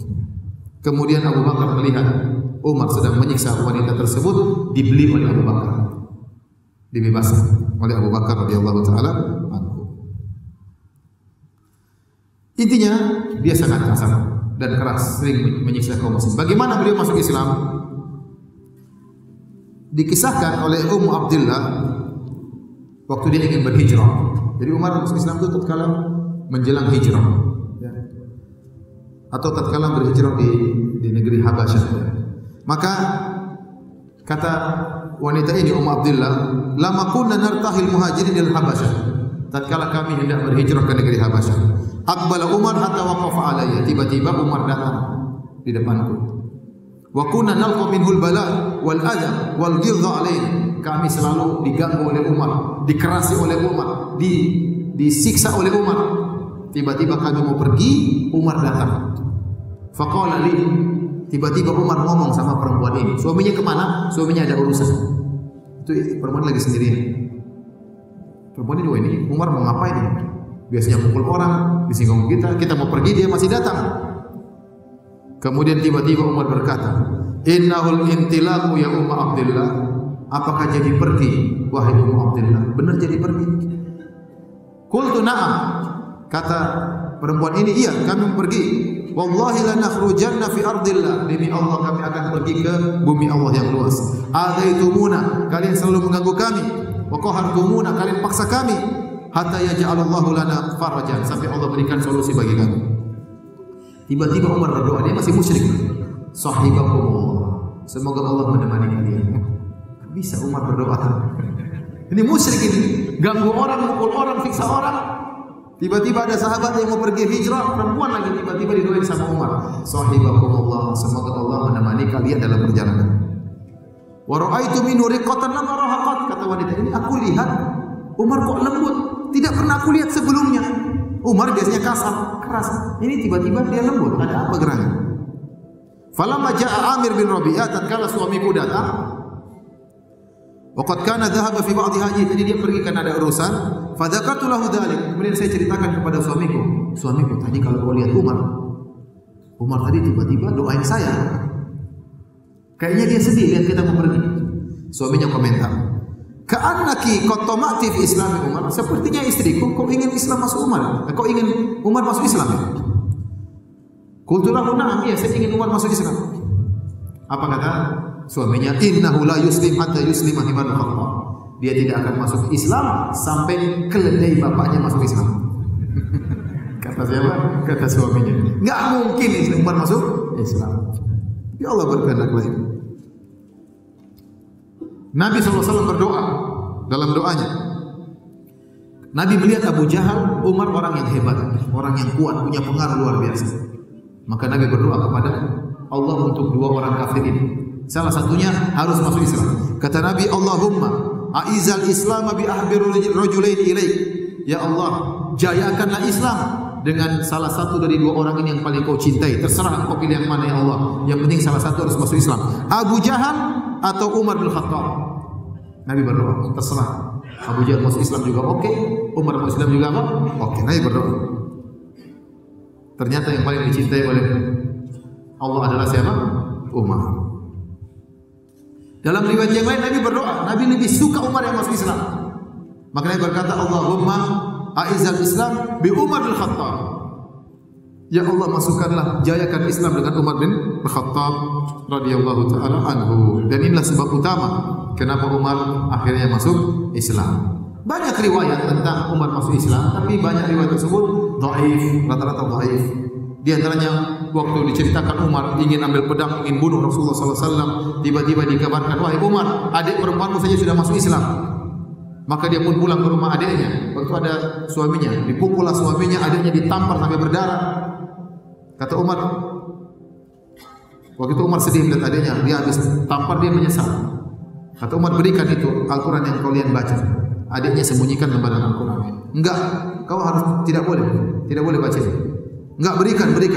Enggak, kau najis. Kalau kau baca harus mandi dulu. Akhirnya Umar mandi, Umar baca ternyata surat Toha, ma anzalna alaikal Quran litashqa illa tadhkiratan liman yakhsha, dan seterusnya sampai Allahu la ilaha illa huwa lahul asmaul husna, sampai innani ana Allahu la ilaha illa ana fa'budni wa aqimis salata li dzikri. Baca banyak ayatnya dibaca. Tahu-tahu Umar masuk Islam. Ini riwayat masyhur tapi riwayatnya dhaif secara sanad. Riwayatnya apa? Dhaif. Tapi sering disebutkan oleh para ulama dalam buku-buku sirah mereka. Intinya, setelah Umar masuk Islam, ya, maka Umar pun datang kepada Nabi SAW. Kemudian Umar ketuk pintu. ingin menyatakan Islam di hadapan Nabi, dia ketuk pintu. Para sahabat tahu ini suaranya Umar, nggak ada yang berani buka. Umar ini gawat. Kata Hamzah juga jagoan. Nanti kalau kita bicara tentang perang, Hamzah jago. Kata Hamzah, bukakan pintu. Kalau dia masuk Islam, alhamdulillah. Kalau enggak, bunuh dia gampang. Tidak susah bunuh dia. Ternyata Umar buka pintu, dibuka pintu buat Umar. Ternyata Umar menyatakan apa? Islamnya kepada Nabi Sallallahu Alaihi Wasallam. Setelah Umar masuk Islam, Umar ingin melaporkan Islamnya kepada seluruh kaum Quraisy. Umar bertanya, siapa orang Quraisy yang paling suka nyebar berita, yang paling ember mulutnya siapa? Si Fulan. Si Fulan ya, Umar datang. Fulan, tahukah kamu? Saya sudah masuk Islam. Dia belum sempat ngomong, langsung dia kabur pergi ke orang-orang Quraisy. Islam, Umar qad sabaq. Umar sudah keluar dari adat nenek moyangnya. Umar ikut dia, ikut terus. Kata Umar, tidak, saya sudah masuk Islam. Jadi memang sengaja Umar cari perkara. Semua orang masuk Islam sembunyi-sembunyi, Umar cari perkara. Keluar.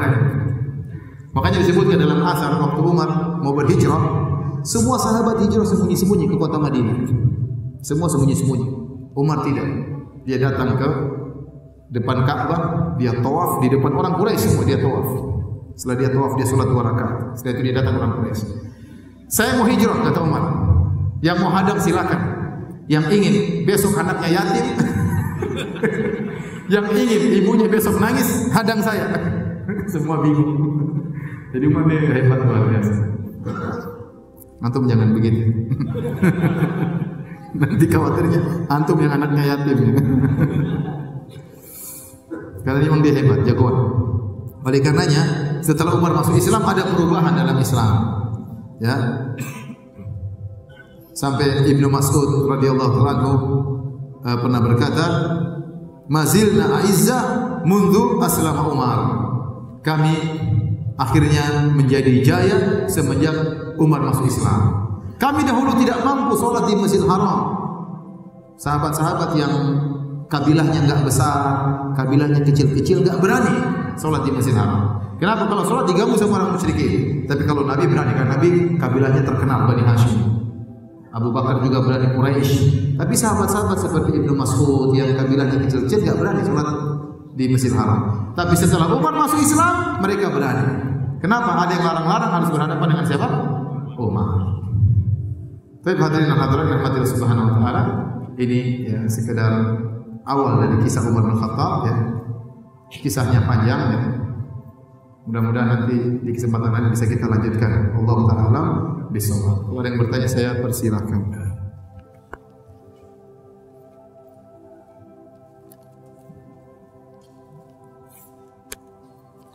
Ustaz, bagaimana dengan kisah masyhur bahwasanya Umar membunuh dan mengubur hidup anak perempuannya?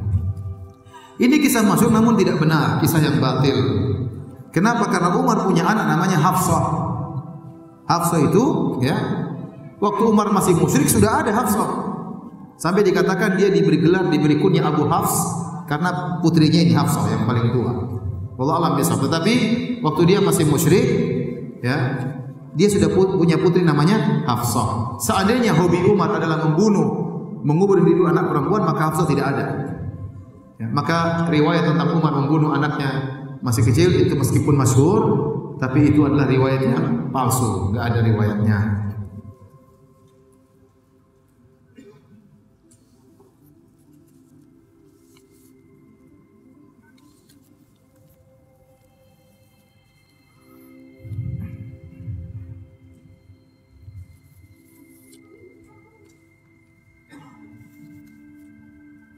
Terkait syubhat yang sering digunakan perkataan Umar yang bunyinya senikmat-nikmat bid'ah adalah ini. Ya, itu perkataan Umar, nikmatil bid'atu hadhihi. Itu waktu Umar salat tarawih. Jadi di zaman Abu Bakar tadi saya katakan tidak ada salat tarawih karena Abu Bakar sibuk. Nabi salat tarawih. Disebutkan oleh para sahabat, Nabi waktu tinggal 7 malam lagi lebaran, Nabi salat tarawih. Tatkala tinggal 6 hari lebaran, Nabi tidak sholat tarawih. Tatkala tinggal 5 hari lebaran, Nabi sholat tarawih. Ya. Kemudian tatkala tinggal 4, Nabi tidak. Tinggal 3 hari, Nabi sholat tarawih. Jadi Nabi pernah sholat tarawih bersama sahabat berapa kali? 3 kali. Waktu hari keempat, Para sahabat sudah kumpul ingin Nabi sholat tarawih, ternyata Nabi tidak keluar. Nabi sampaikan, saya tahu kalian sudah berkumpul ingin sholat tarawih, tapi saya tidak mau sholat tarawih. Kenapa? Saya khawatirkan diwajibkan oleh Allah. Karena Nabi kebiasaannya kalau sudah mengkontinyukan suatu amalan, Allah bisa wajibkan. Dan Nabi tidak ingin merepotkan apa? Umatnya. Setelah Nabi meninggal, tidak mungkin sholat tarawih menjadi wajib. Paham? Karena syariat tidak akan berubah, sudah selesai. Maka setelah itu para sahabat melanggengkan sholat tarawih. Tapi kapan pelanggangan sholat tarawih secara rame-rame? Terjadi di zaman Umar.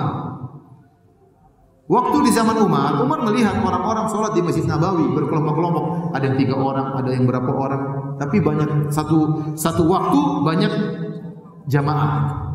Dulu kan nggak ada mic, jadi nggak saling mengganggu. Maka Umar punya ide agar mengumpulkan mereka seluruhnya di bawah keimaman Ubay bin Ka'ab. Ya. Satunya lagi sahabat saya lupa, Abu Musa al-Asy'ari atau yang lain saya lupa. Setelah itu mereka kumpul semua, baru mereka sholat tarawih berjamaah. Tatkala mereka sudah kumpul semua, maka Nabi berkata, kata Umar, nikmatil bid'atu hadhihi, bid'ah yang terbaik inilah. Kata para ulama maksudnya secara bahasa. Karena amal sholat tarawih itu bukan amalan baru. Itu amal sudah dicontohkan oleh siapa? Nabi sallallahu alaihi wasallam. Tapi dianggap baru oleh Umar dari pelaksanaannya. Kenapa? Karena sempat terhenti. Di zaman Abu Bakar tidak terjadi karena Abu Bakar sibuk dengan urusan stabilitas keamanan. Tapi amalan sholat tarawih bukan bid'ah. Nabi pernah mencontohkan. Bahkan Nabi contohkan 3 hari.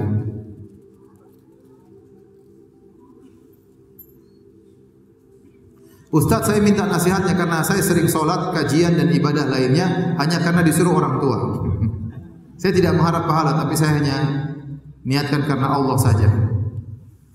Ya, sayang ya.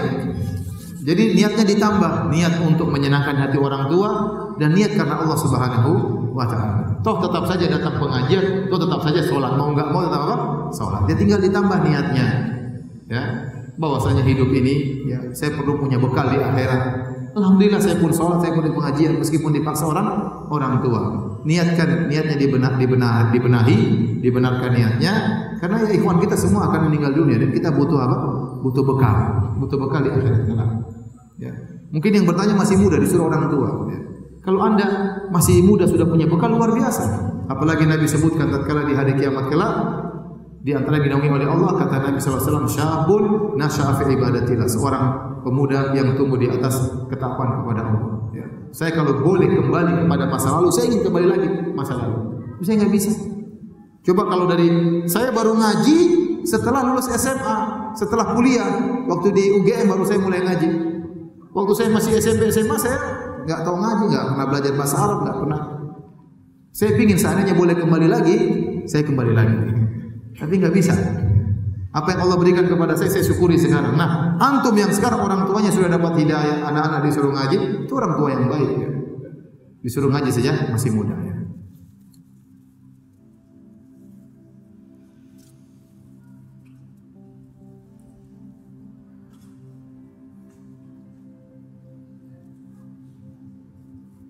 Seperti yang Ustaz jelaskan dalam ceramah, begitu lembutnya hati Nabi, sampai orang paling musuhinya pun tetap dia baik dan memaafkan. Bagaimana cara menasihati saudara kita saat dia disakiti saudaranya? Dinasihati untuk memaafkan seperti akhlak Nabi, dia menjawab, ya itu kan Nabi, saya bukan Nabi. Padahal dia juga rajin taklim. Ya sudah, hidayah di tangan Allah. Tapi antum sampaikan aja. Kadang orang ego di depan dia, itu kan Nabi, tapi pulang dia mikir juga. Nah apa? Sampaikan aja. Itu kan Nabi, itu Nabi kan kasih contoh sama kita.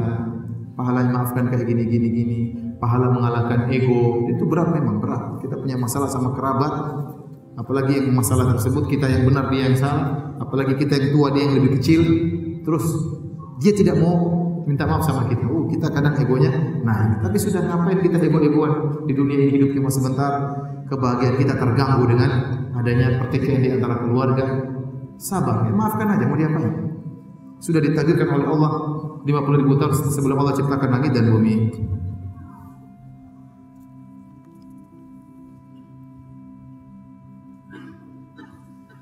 Maaf menyimpang dari tema. Bagaimana cara mengingatkan istri untuk membaca Al-Quran? Mungkin istri saya malu karena bacaannya kurang bagus. Dia diajarilah istrinya. Bagus kok, bagus. Sampai bilang kurang bagus, bagus. tapi diperbaiki sedikit-sedikit. Bagus, masya Allah, merdu, ya perlu dipuji sedikit.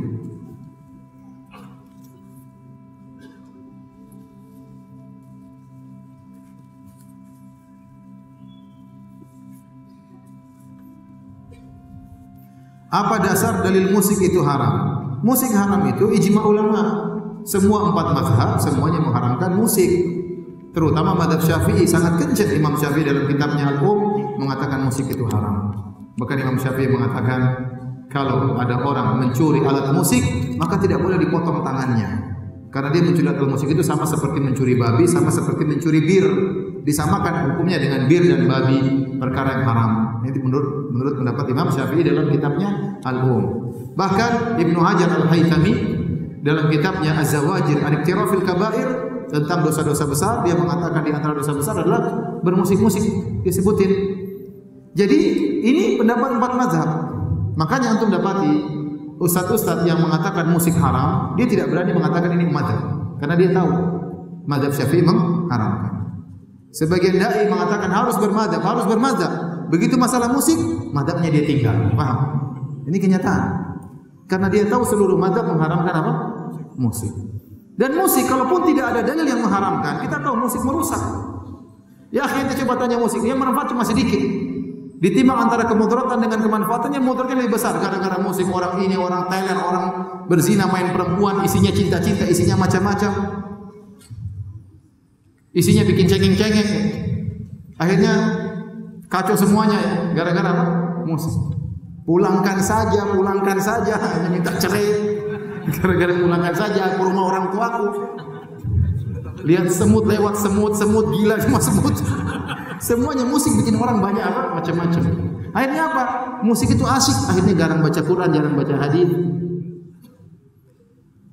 Kalaupun tidak ada dalilnya, apalagi ada dalilnya dalam Al-Quran dan dalam Al-Hadis. Dalam Al-Quran kata Allah, wa minan nasi may yashtari lahwal hadis. Di antara manusia ada yang membeli perkataan yang sia-sia. Musik perkataan sia-sia, lagu-lagu sia-sia. Liyudhilla an sabilillah, untuk menyesatkan manusia dari jalan Allah. Dan benar. Saya dulu pemusik, ya, saya punya grup band. Jadi kita main band, dudak. Begitu azan saya berhenti sholat. Tapi benar-benar saya rasa hati saya kering. Saya gelisah, kenapa ya? Dulu kita grup juara kasidah ya. Saya juara kasidah dulu. Ini beneran juara kasidah. Dulu acara halal bihalal saya yang main menghibur masyarakat di Kota Sorong. Saya yang main bandnya. Grup saya apa namanya? Jadi band. Artinya tapi saya tidak merasakan apa? Kebahagiaan. Saya tidak merasakan kebahagiaan. Banyak orang cari kebahagiaan dengan musik, dia tidak bahagia. Ini sering saya sampaikan. Beda antara kebahagiaan dengan kelezatan. Anda lihat cewek cantik yang bukan tidak halal bagi Anda merasakan kelezatan, tapi di hati Anda sengsara. Orang minum khamar dia ada kelezatan, tapi hatinya sengsara. Maksiat pasti hati sengsara. Orang dengar musik juga demikian, dia ada kelezatan, dia kelezatan kepala goyang-goyang. Tapi apakah hatinya bahagia? Tidak. Kalau memang musik itu datangkan kebahagiaan, maka pemusik semuanya bahagia. Ternyata tidak. Betapa banyak pemusik yang rusak kehidupannya. Yang cerai dengan istrinya, yang selingkuh, yang morfin, yang ini, yang anu, yang bunuh diri juga banyak. Apakah mereka bahagia? Omong kosong. Justru saya tinggal di kota Madinah, tidak pernah dengar musik saya bahagia. Anda ingin cari bahagia? Kalau kelezatan iya, musik lezat, zina lezat, khamar lezat iya, nonton film porno lezat. Tapi apakah bahagia? Tidak. Beda antara bahagia dengan kelezatan. Saya berbicara bukan sebagai orang yang tidak punya pengalaman. Saya punya pengalaman. Ya, saya pernah bermusik. Tidak bisa tidur kecuali dengar apa? Lagu. Kalau tidak main gitar, tangan gatal. Seperti itu. Sudah alhamdulillah, Allah kasih hidayah. Tahu kenapa saya berhenti dengar musik? Suatu hari saya pergi ke Ustaz Muhammadiyah. Semoga Allah beri kebaikan kepada dia. Saya datang, Ustaz, besok acara halal bihalal. Terus kenapa? Saya bagian musiknya, Ustaz. Tapi saya kalau mau main musik, saya takut riak, Ustaz. Saya mau pamer main gitar. Kata Ustaznya, jadi gimana Ustaz? Saya main atau tidak? Ini kan amal soleh, tapi saya takut riak. Kata Ustaznya, musik itu haram. Wih, kaget saya. Baru tahu ada orang bilang musik. Seumur hidup saya nggak pernah dengar, kecuali baru dia ngomong musik itu haram. Saya kaget luar biasa. Tapi saya belum tinggalkan musik, cuma gelisah. Masa sih haram? Masa Ustadz ini ngawur? Punya saya bergejolak, tapi saya timbang-timbang lagi, benar. Selama ini saya sholat, kalau habis musikan hati saya nggak tenteram, nggak bisa khusyuk. Tapi itu awal yang buat saya kaget. Sampai orang bilang, apa bisa orang hidup tanpa musik? Bisa. Di Madinah kita hidup tanpa musik tenteram. Masuk ke mall dengar Al-Quran, indah hidup itu. Jadi musik itu haram. Dalam hadis kata Rasulullah SAW dalam Sahih Al-Bukhari, la yakunanna aqwamu min ummati yastahilluna al-hiram wal harir wal khamr wal ma'azif. Akan ada dari umatku yang menghalalkan zina, menghalalkan kain sutra bagi laki-laki, menghalalkan khamar, bir, dan menghalalkan alat musik. Ini serangkaian, dan sudah ada orang yang menghalalkan. Jangankan zina, LGBT dihalalkan sekarang. Ya. Kain sutra dihalalkan, khamar dihalalkan, alat musik juga dihalalkan. Jadi dalilnya ada. Oh, Ustaz hadisnya dhaif. Siapa yang mendhaifkan? Para ulama, semua Imam Bukhari mensahihkan, seluruh ulama mensahihkan. Ada yang mendhaifkan, 1-2 orang ulama, mereka salah. Ibnu Hazm mendhaifkan, Yusuf Al-Qardawi bukan ahli hadis mendhaifkan. Ya akhi, ulama-ulama besar ahli hadis semua mensahihkan. Oleh karena para hadirin Allah Subhanahu wa taala, jadi musik kalau belum mampu meninggalkan, pelan-pelan. Pelan-pelan. Dan dirubah dari metal jadi jazz jadi kasidah. Kasidah jadi nasyid jadi Al-Qur'an, selesai. Pelan-pelan. Kalau memang belum bisa, kalau bisa alhamdulillah langsung tinggal.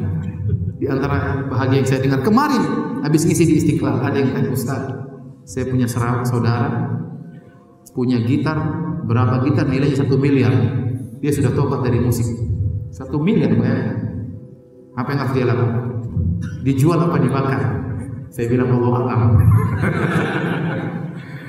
Demikian para hadirin kajian kita pada kesempatan kali ini.